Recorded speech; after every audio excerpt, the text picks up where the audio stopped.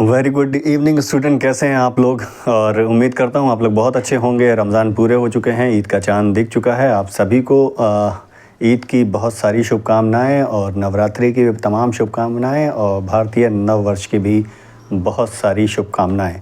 आप लोग खुश रहें, स्वस्थ रहें, बस यही कामना है। लेकिन ईद के एक दिन पहले वीडियो बनाने सिर्फ इसलिए आया हूँ कि लगातार छात्रों के कई ऐसे सवाल थे जिनके लिए बोर्ड से बात की, उसके बाद मुझे जवाब मिल गया है। तो मैंने सोचा कि आज वक्त मिलते ही आप लोगों को जवाब दे दिए जाएं।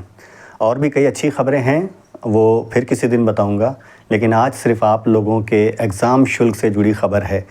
आप लोगों ने, जैसा कि जानते हैं, लगातार आप लोगों ने मैसेज किए कि सर बहुत से लोग पहले ही फ़ीस दे चुके हैं कॉलेज में। जैसा कि इस बार कर दिया है कि आप लोगों को ख़ुद फ़ीस जमा करनी है, लेकिन जब छात्र अपने संस्थान में पहले ही फ़ीस जमा कर चुके हैं तो उनका क्या होगा।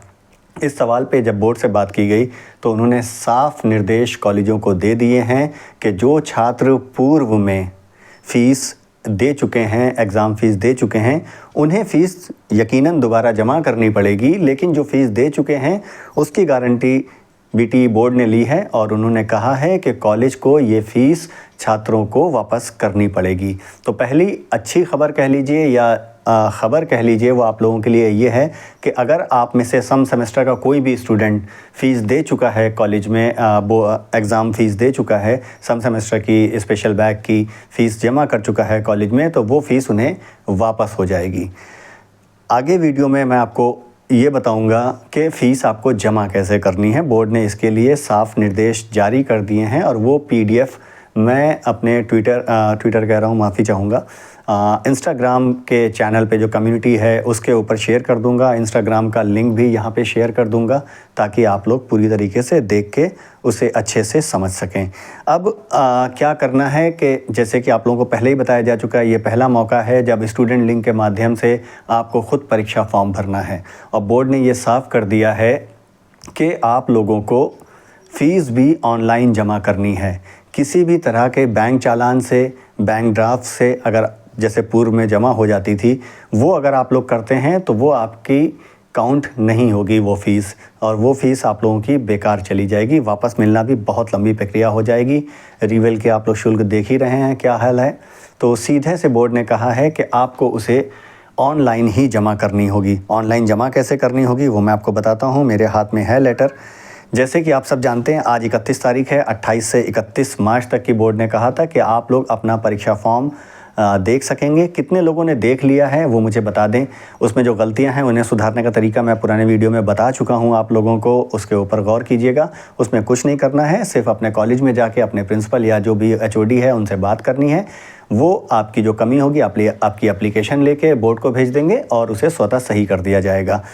लेकिन अब ऑनलाइन फ़ीस जमा कैसे करनी है, कल से, यानी कि कल 31 तारीख है, कल आखिरी दिन है। आप लोग फॉर्म देख लीजिएगा और परसों से 1 अप्रैल से आप लोगों के फॉर्म भरना शुरू हो जाएंगे। जब फॉर्म भरना शुरू हो जाएंगे तो फ़ीस भी स्वतः ही जमा होना शुरू हो जाएगी।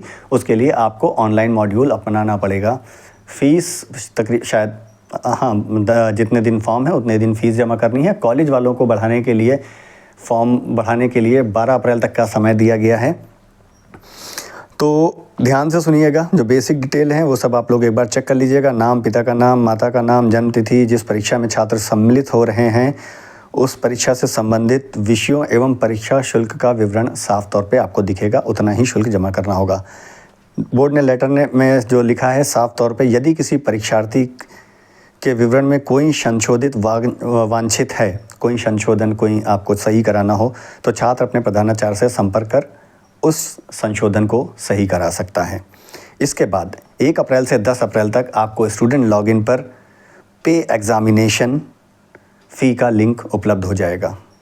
जब बोर्ड को पैसे लेने हैं, फ़ीस लेनी है, तो मान के चलिए 1 तारीख से आपको ये लिंक दिखने लगेगा, जिसके माध्यम से छात्र द्वारा SBI कलेक्ट, ये वर्ड याद रखिएगा, SBI कलेक्ट के माध्यम से board of technical education UP को चूज़ करना है।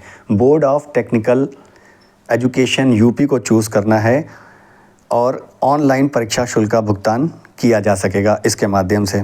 किसी भी दशा में परीक्षार्थी को, यानी कि स्टूडेंट को, अपने संस्थान का नाम चूज़ करके भुगतान नहीं करना है, वरना एक बार फिर से आपका पैसा कॉलेज में चला जाएगा और वो परीक्षा शुल्क में ऐड नहीं होगा। तो आपको चूज़ क्या करना है, ध्यान रखिएगा, board of technical education UP. अपना कॉलेज का नाम बिल्कुल भी आपको चूज़ नहीं करना है, एसबीआई कलेक्ट में ये आपको दिखाई पड़ेगा, ठीक है। तो इसके बाद आप लोगों को भुगतान जो है ऑनलाइन के माध्यम से ही स्वीकार किया जाएगा। जैसा मैं पहले बता चुका हूँ, ट्रेजरी और ड्राफ्ट के माध्यम से स्वीकार नहीं होगा।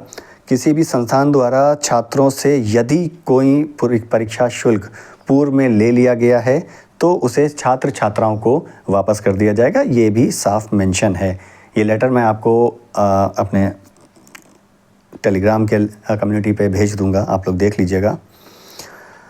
10 अप्रैल के बाद किसी भी दशा में पोर्टल पुनः ओपन नहीं होगा, यानी कि बोर्ड बिल्कुल सख्त है समय पे परीक्षा कराने के लिए, समय पे फॉर्म भरवाने के लिए। तो दोबारा ओपन नहीं होगा। तो 1 से 10 अप्रैल के बीच में आप लोगों को परीक्षा फॉर्म भरकर परीक्षा शुल्क जमा करने की प्रक्रिया को पूरी कर लेना है। और अगर ऐसा नहीं करते हैं तो जानते हैं फिर जिम्मेदारी आपकी होगी, क्योंकि इस बार कॉलेज को ये जिम्मेदारी नहीं दी गई है। 10 से पहले आपका फॉर्म जमा हो जाता है, उसके बाद कॉलेज की जिम्मेदारी आएगी, उसे 12 अप्रैल तक की आपके फॉर्म को आगे बढ़ाना होगा। तो चीज़ें आपको बिल्कुल क्लियर हैं। पहला एसबीआई कलेक्ट में जाके आप लोगों को UP technical education, board of technical education को आपको सेलेक्ट करना होगा, उसके माध्यम से ही फीस जमा करनी है, ना कि अपने संस्थान का नाम चूज़ करना है, ठीक है। तो ये जानकारी थी, आप लोगों को बता दी है। और कोशिश कीजिएगा कि शुरुआती दिनों में ही आप फ़ीस जमा कर दें, कि सर्वर का डाउन होना, प्रोसेस ना होना, ऑनलाइन लिंक ना चलना, तो ये चीज़ें ना हो, जितनी जल्दी हो आपका फॉर्म भर जाए। और एक बार फिर से कल आखिरी दिन है, 31 मार्च है, तो एक बार फिर से अपना फॉर्म चेक कर लीजिएगा, देखिएगा उसमें अगर कोई संशोधन हो, कोई बदलाव हो, जैसे कि आपका नंबर गलत होना, आधार नंबर, माता पिता के नाम में गलती होना, कोई स्पेलिंग में मिस्टेक होना, इन चीज़ों को दुरुस्त करा लीजिए समय रहते। और कमेंट करके एक चीज़ मुझे ज़रूर बताइएगा कि कितने लोग ऐसे हैं जो पहले ही पैसे फ़ीस के दे चुके हैं अपने संस्थान में, क्योंकि वो पैसा बोर्ड को अब वापस करना होगा। एक्सट्रीमली सॉरी, बोर्ड को नहीं, कॉलेज को वापस करना होगा। बोर्ड ने कॉलेजों को ये निर्देश भेज दिए हैं। तो ऐसे ही जुड़े रहिए, सब्सक्राइब कीजिए, तेज़ी से इसको आगे ले जाइए इस चैनल को, ताकि मैं आप लोगों से जुड़ा रहूं। और एक बार फिर से आपको ईद की बहुत बहुत मुबारकबाद, भारतीय नववर्ष की बहुत मुबारकबाद और नवरात्रि की बहुत सारी शुभकामनाएं, बहुत शुभकामनाएं। जल्दी मिलते हैं।